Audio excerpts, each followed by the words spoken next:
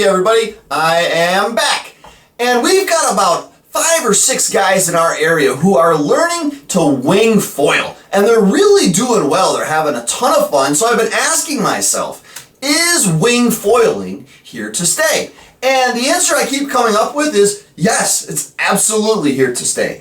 That's just my opinion, and I want to hear what you guys think as well. So in the comment section down below, please let me know, what do you guys think? Is wing foiling here to stay? And we're going to talk about that today, and I want to give you some of my thoughts on why I believe wing foiling is here to stay.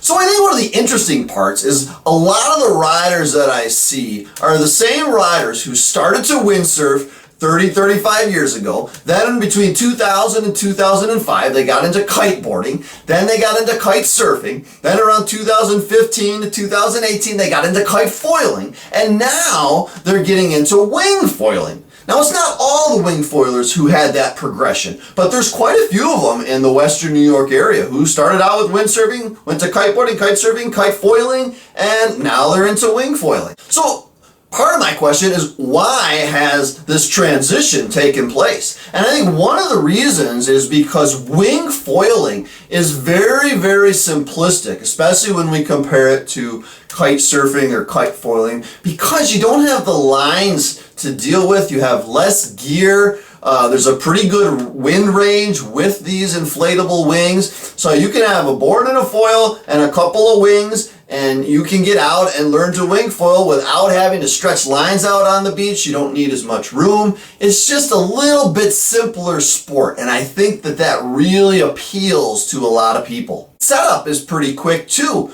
You know, if your foil's already together in your vehicle, you just attach it to the board and then you pump up your wing and you're ready to go. Even with windsurfing, there's generally more setup because you have to put the mast together, thread that into the sail, you have to thread the pulley, you have to downhaul, you have to tense the boom, arrange for the proper outhaul. It's a little bit more work, but the wing foiling, I have to admit, it's pretty simple. I think one of the big advantages for a lot of people is the ability to go to more locations, because with the wing foil you can go to locations that might be crappy locations for kiteboarding, they might be crappy locations for windsurfing, but with the foil and a good sized board, you can slog out to a wind line that might be sitting 100 yards offshore. Once you get there, the wind can be great, but you wouldn't be able to get there with a kite in the air. You wouldn't be able to get there on a windsurfing board unless it was a really big board. So I think that's an advantage for a lot of people, and it has a lot of appeal. You'll also have much easier launching ability with the wing foil compared to a kite, because you don't have to launch with the lines. You don't have to have a long stretch of beach. You can go to a beach that's very, very narrow where there's not much room between the trees and the water, and you could easily launch a wing foil, where we just wouldn't be able to do that with our kites. There's a slight safety advantage with wing foiling also, because you don't have a kite that's up in the air. You don't have to worry about crashing the wing into power lines. You don't have to worry about getting your kite stuck in a tree. So this, I think, is another advantage, is the safety aspect of wing foil.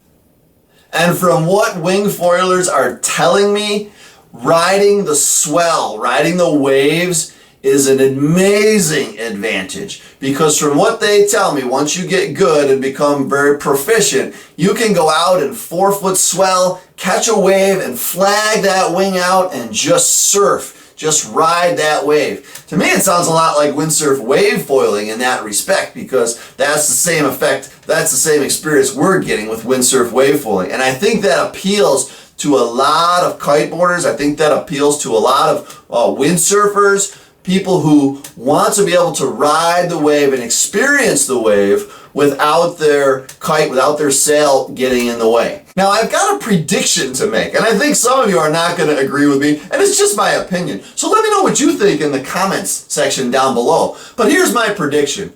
A lot of these riders who were windsurfing 30 years ago, then they got into kiteboarding, then kite surfing, then kite foiling, now they're into wing foiling. My prediction is some of these riders are going to get into windsurf wave foiling. Why? Because you can ride the wave and flag that sail out. You feel nothing but the wave underneath you that you're surfing.